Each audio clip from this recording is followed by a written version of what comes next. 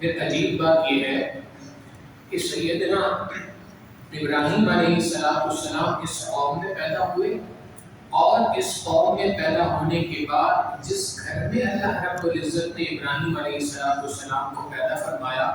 وہ گھرانہ بت پرستی کے اندر قوم کے گھرانوں میں سب سے آگے تھا۔ چنانچہ ابراہیم علیہ السلام کے والد کا نام آزر آتا ہے، اور آزر جو تھے صرف بت پرست نہیں تھے کہ بتوں کی پوجا کرنے والے ہوں، بت پرست بھی تھے، بت تراش بھی تھے۔ اللہ رب العزت کی قدرت کاملہ ہے کہ اللہ رب العزت نے ایک بت تراش کے گھر میں ایک بت شکن کو پیدا فرما دیا۔ تو بہرحال ابراہیم علیہ السلام ایسی سوسائٹی کے اندر پیدا ہوئے ہیں، ایسے ماحول میں پیدا ہوئے ہیں جہاں ہر طرف بت پرستی ہے، اور بت پرستی کے خلاف گفتگو کرنا یا بت پرستی کے خلاف لوگوں کے عقائد اور ان کے معبود کے خلاف کوئی بات کرنا، یہ تو بہت بڑا جرم ہے کسی بھی معاشرے کے اندر۔ اس ماحول میں اللہ رب العزت نے ابراہیم علیہ السلام کو پیدا فرمایا۔ اب ابراہیم علیہ السلام جب اس معاشرے میں آئے ہیں تو اللہ رب العزت نے ان کے لیے توحید کو کتنا آسان فرمایا۔ یہ نہیں کیا کہ جیسے موسیٰ علیہ السلام کو تو خود اپنا تعارف کرا دیا تھا، ایک آگ نظر آئی، اس آگ کی جانب پہنچے ہیں تو وہاں سے آواز آ رہی ہے، یا موسیٰ اننی انا اللہ لا الہ الا انا فاعبدنی واقم الصلاۃ لذکری، اے موسیٰ میں رب ہوں، میرے سوا کوئی معبود نہیں، میری ہی عبادت کرو، میرے لیے نماز کو قائم کرو۔ تو ایسی بھی گفتگو کی جا سکتی تھی، لیکن اللہ رب العزت نے ایسی گفتگو ابراہیم علیہ السلام کے ساتھ نہیں فرمائی، بلکہ سیدنا ابراہیم علیہ السلام خود سوچ رہے ہیں کہ یہ لوگ ایک طرف ستاروں کی پرستش کرتے ہیں، ایک طرف سورج کی پوجا کرتے ہیں، ایک طرف چاند کی پوجا کرتے ہیں، تو ذرا ایک ایک کر کے ڈھونڈا جائے۔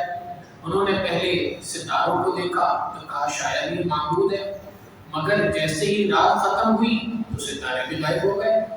تو فوراً ذہن میں آیا کہ نہیں، ڈھلنے والی اور غائب ہو جانے والی چیز رب تو نہیں ہو سکتی۔ پھر انہوں نے سوچا کہ اچھا شاید کہ یہ سورج رب ہے، اس لیے کہ یہ تو اتنا بڑا ہے اور اتنی زیادہ اس کی روشنی ہے۔ مگر جب سورج غروب ہوا تو پھر ذہن میں یہ بات آئی کہ ڈھلنے والی ذات کبھی معبود نہیں ہو سکتی۔ معبود تو وہ ہوتا ہے کہ جس کو کسی قسم کی غروب اور طلوع ہونے کی نوبت نہ آئے، کبھی اس کے اندر عروج اور کبھی زوال نہیں ہوتا۔ چنانچہ ابراہیم علیہ السلام ایک ایک کر کے معبود کی نفی کرتے گئے، جب تمام معبودات باطلہ کی نفی ہو گئی تو پھر یقیناً آخر میں اللہ کی ذات ہی بچی۔ لہٰذا ابراہیم علیہ السلام نے فرمایا انی وجہت وجہی للذی فطر السماوات والارض حنیفا وما انا من المشرکین، میں اللہ کی جانب اپنے سر کو جھکاتا ہوں۔ تو ابراہیم علیہ السلام اس پس منظر کے اندر ایمان لے کے آئے۔ اب واقعہ جو قرآن کریم نے ذکر کیا کہ اس دور کا بادشاہ تھا نمرود، اور اس کو اپنی دولت پر، اپنی عقل پر، اپنی فہم پر بڑا ناز تھا، تو اس نے ابراہیم علیہ السلام کو بلا کے کہا کہ اچھا یہ بات بتاؤ کہ تم کس کو رب مانتے ہو؟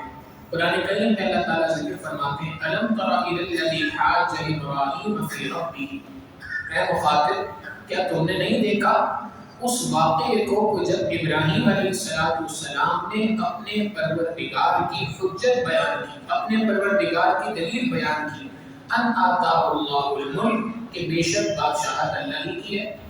اذ قال ابراہیم، جب کہا ابراہیم علیہ السلام نے، نمرود نے سوال کیا بھئی کون ہے تمہارا رب؟ تو ابراہیم علیہ السلام نے فرمایا ربی الذی یحیی و یمیت، میرا پروردگار تو وہ ہے کہ جو لوگوں کو مارتا ہے اور لوگوں کو زندہ کرتا ہے۔ موت اور زندگی جس کے ہاتھ میں ہے اصل میں تو وہ معبود ہے۔ تو نمرود ذرا موٹے دماغ کا آدمی تھا، اس کو اپنے عقل کے اوپر ذرا زیادہ فخر تھا اور بھروسہ تھا، تو اس نے آگے سے کہا قال انا احیی و امیت، یہ کون سی مشکل بات ہے، لوگوں کو مارنا اور زندہ کرنا یہ تو میرے بھی ہاتھ میں ہے۔ چنانچہ ایک ایسا مجرم کہ جس کے لیے پھانسی کا حکم ہو گیا تھا، اس کو چھڑوا دیا، رہا کرا دیا۔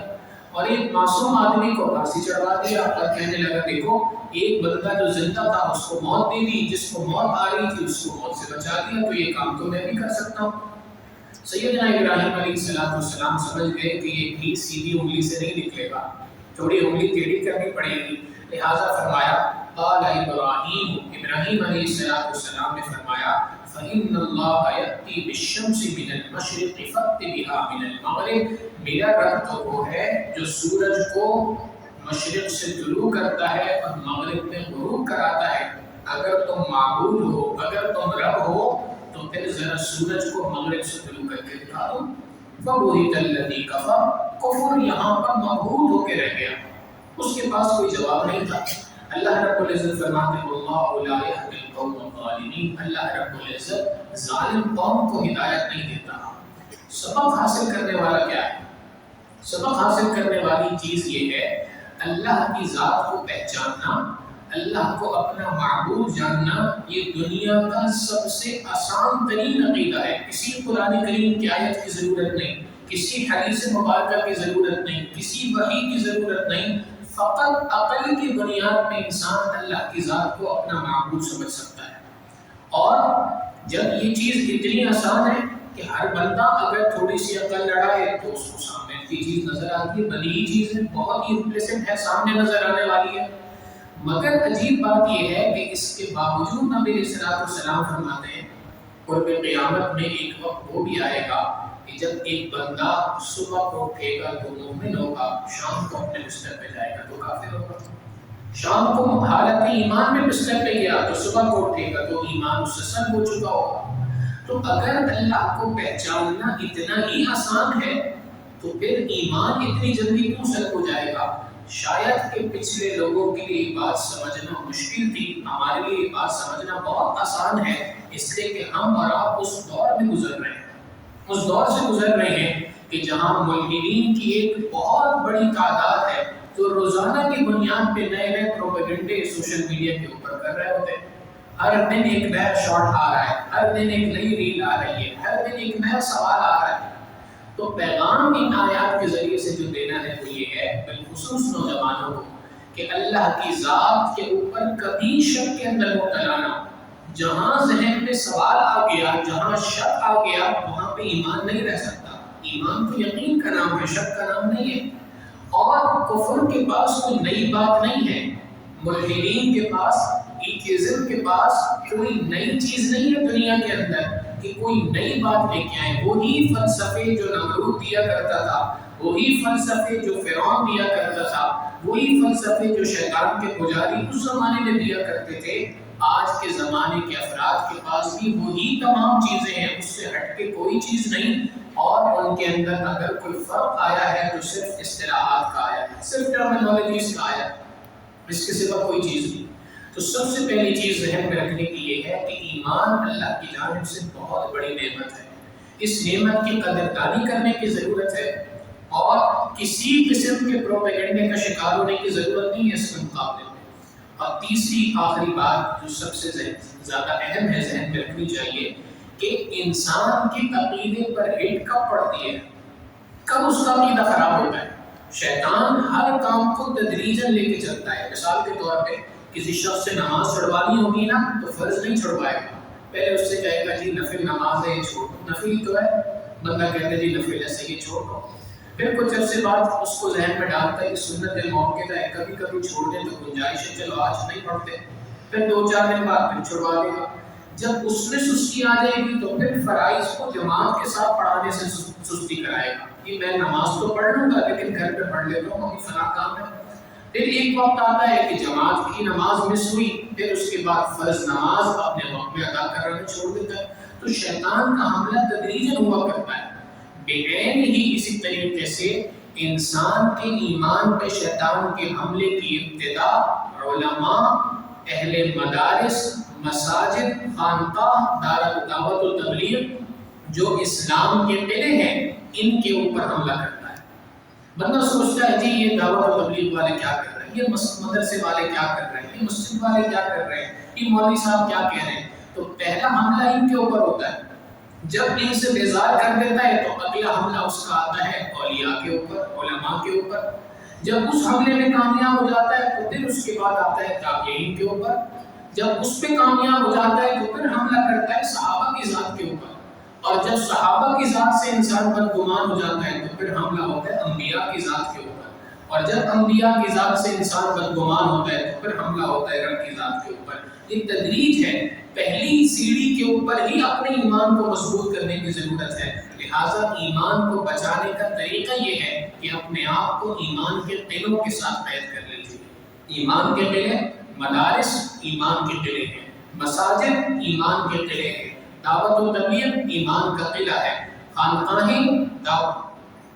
ایمان کا قلعہ ہے۔ ان ایمان کے قلعوں کے اندر اپنے آپ کو قید کرنا ضروری ہے۔ جیسے اصحاب کہف کا ایمان بچا تھا غار کے اندر چھپنے سے، یہ آج کے زمانے کے غار ہیں، ان کے ساتھ اپنے آپ کو جوڑ لیں گے تو یقیناً ایمان محفوظ ہو جائے گا۔ اللہ رب العزت ہمیں ایمان کی سلامتی نصیب فرمائے۔ وآخر دعوانا الحمدللہ رب العالمین۔ اور آپ کو کر لیں دعا کرتے ہیں،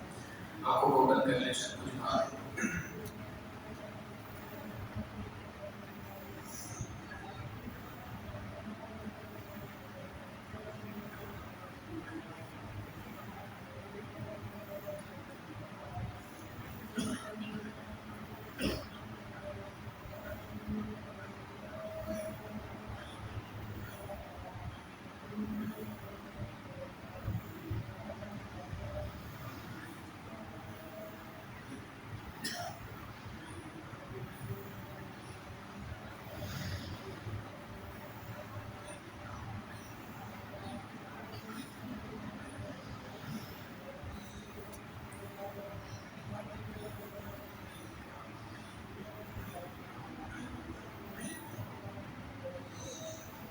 لا إله إلا الله محمد رسول الله سبحان ربي العظيم اللهم صل على سيدنا محمد وعلى آل سيدنا محمد وبارك وسلم ربنا ظلمنا أنفسنا وإن لم تغفر لنا وترحمنا لنكونن من الخاسرين اللهم آت نفوسنا تقواها وزكها أنت خير من زكاها أنت وليها ومولاها إنك على كل شيء قدير اللهم إنا نسألك الهدى والتقى والعفاف والغنى وصلى الله تعالى على حبيبه سيدنا محمد وآله وأصحابه أجمعين برحمتك يا أرحم الراحمين۔